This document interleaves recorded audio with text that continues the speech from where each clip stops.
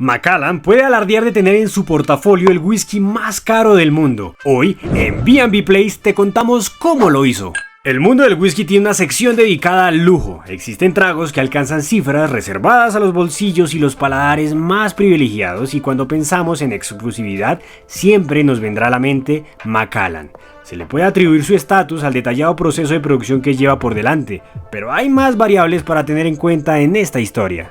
En 1824, a Alexander Reed, maestro de escuela y agricultor de cebada, le fue concedida una de las primeras licencias legales para abrir su destilería a orillas del río Spey en el noreste de Escocia, una zona especializada en la elaboración de whiskies single malt, hechos de un solo tipo de malta y sin combinar con otros whiskies, lo que implica una inversión considerable de recursos y limitaciones en la materia prima. Con lo que la marca encontró su diferencial en la elección de cebada de alta calidad, algo que empezaba a darle un cierto reconocimiento entre el público. Los buenos resultados le permitieron a Macallan abrirse camino comprando más destilerías para incrementar su producción.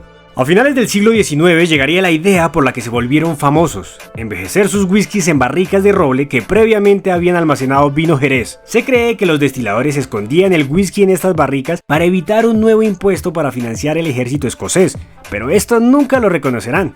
Como tú no reconoces que no te has suscrito al canal, así que haz la tarea y ya que estás ahí, dale like a este video. Sea como sea, la estrategia resultó en un whisky con sabores y olores muy interesantes, y desde entonces no se encuentra un whisky escocés de alta calidad que no use este método. En los años 60 se prohibió en España la exportación de vino en barrica, por lo que de Macallan tuvo que desplazar el envejecimiento del whisky en barrica a España, proceso que incrementaría los costos de producción, pero valdría la pena ya que, como asegura la marca, hasta el 80% de los aromas y sabores finales del whisky dependen de la calidad de las barricas de roble donde envejecen. Así que para que esta operación sea rentable, han necesitado de un marketing impecable, con el que los consumidores asociaron el whisky con el lujo y el prestigio. Al igual que ocurre con los Rolex en el mundo de los relojes, muchas de las botellas de Macallan se revalorizan con el tiempo, especialmente si son antiguas y raras, por lo que una parte de su público ve sus botellas como una inversión. Existe una colección, Fine and Rare, de la que solo se produjeron 40 botellas de whisky envejecido en un barril conocido simplemente como número 263. Este whisky fue destilado en 1926, durante el periodo de entreguerras, envejecido a lo largo de 60 años en barrica y embotellado en 1986. Es el más antiguo dentro de las joyas de la marca,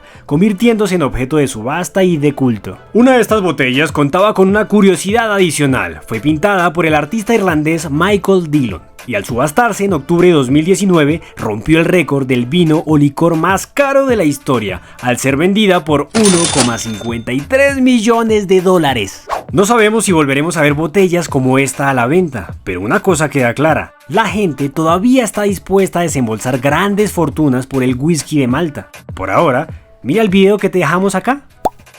Nos vemos pronto.